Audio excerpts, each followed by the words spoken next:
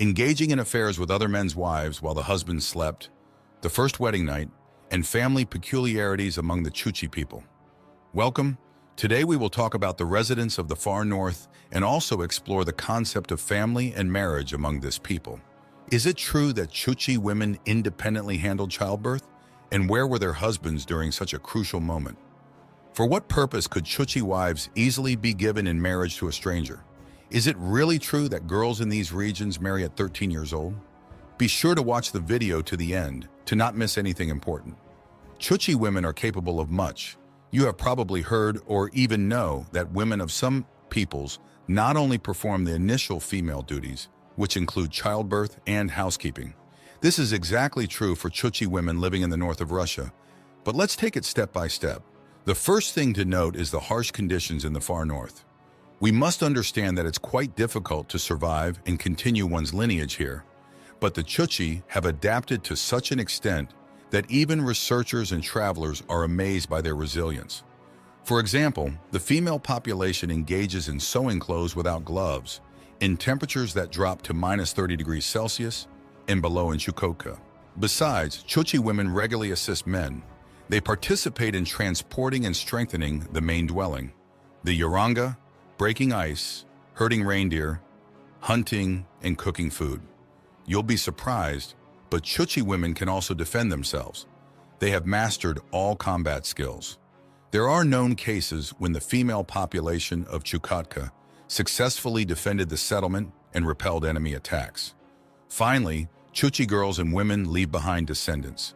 Raising children is their direct responsibility.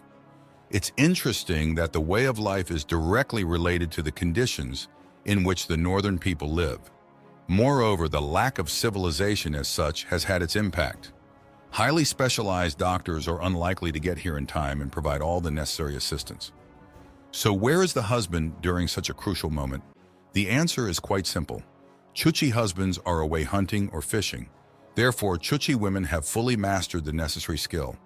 They have become independently responsible for childbirth. Otherwise, they simply would not have survived. It's important to note that the male population of the far north takes the issue of starting a family seriously. Chukchi men prefer girls and women who have strong health, physical endurance, and are capable of successfully carrying a child. In general, female representatives meet the expectations of future husbands. They could give their wives to strangers. Now let's talk about one tradition of the northern peoples that some travelers have learned about. It's related to the preference of Chukchi men who really manage themselves. We start. Tell me, honestly, can you imagine a situation where a husband gives his wife to another man? Yet the Chukchi are capable of this, as we have already mentioned earlier.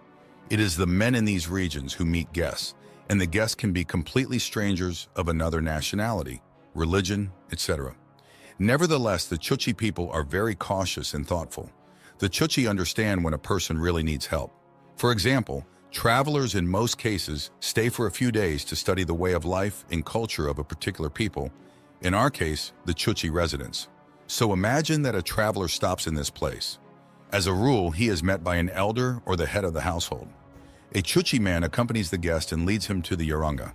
In this dwelling, everything necessary is provided. However, the guest can only engage with the host's wife with the husband's permission after sunset. But why does this happen? Isn't it a violation of moral principles?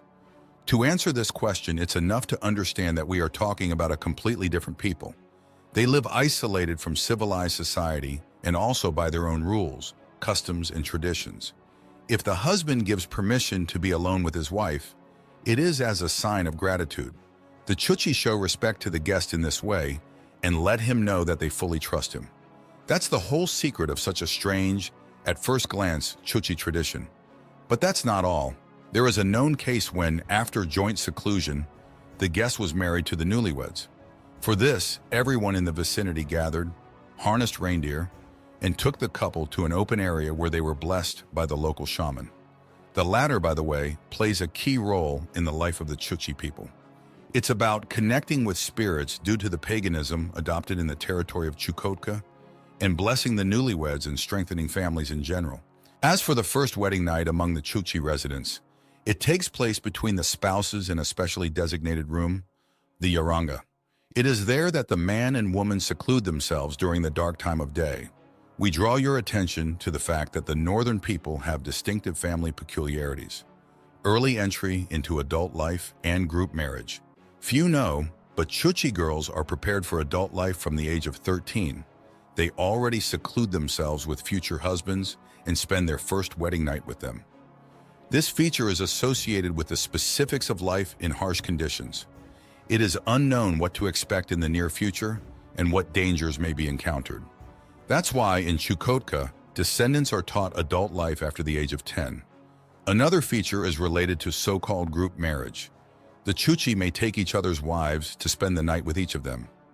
This phenomenon occurs quite often. In essence, residents of the far north practice polygyny and polyandry. A curious fact turns out that marital unions between relatives also take place among the Chukchi people. For example, cousins, as well as uncles with their nieces, can tie themselves in marriage bonds. But for diversity, the Chukchi resort to one trick. They can marry a person of a completely different nationality. And local shamans, whom we talked about earlier, can enter into relationships with people of different ages. Even quite elderly Chukchi, they consider them as candidates. This is really amazing. Divorce processes among the Chukchi people also exist. This is related to the fact that girls and women may be dissatisfied with the physical health of their husbands, especially if it concerns the male line. Chukchi men sincerely regret when their life partners leave them and go to others. And the last thing that needs to be addressed is the mourning of close people. During this period, they starved and did not enter into new relationships for a long time. But then the female population of Chukotka realized that without a family, they practically could not survive, especially in such regions. That's why they found themselves new men with whom they entered into a marital union and began to live a full family life. This actually continues to this day, which once again proves that the Chukchi people survive even in the most difficult psychological situations. Friends, what do you think about the life of the Chukchi people? Write about it in the comments. Well, if you liked the video, give a like and don't forget to subscribe to the channel. See you soon.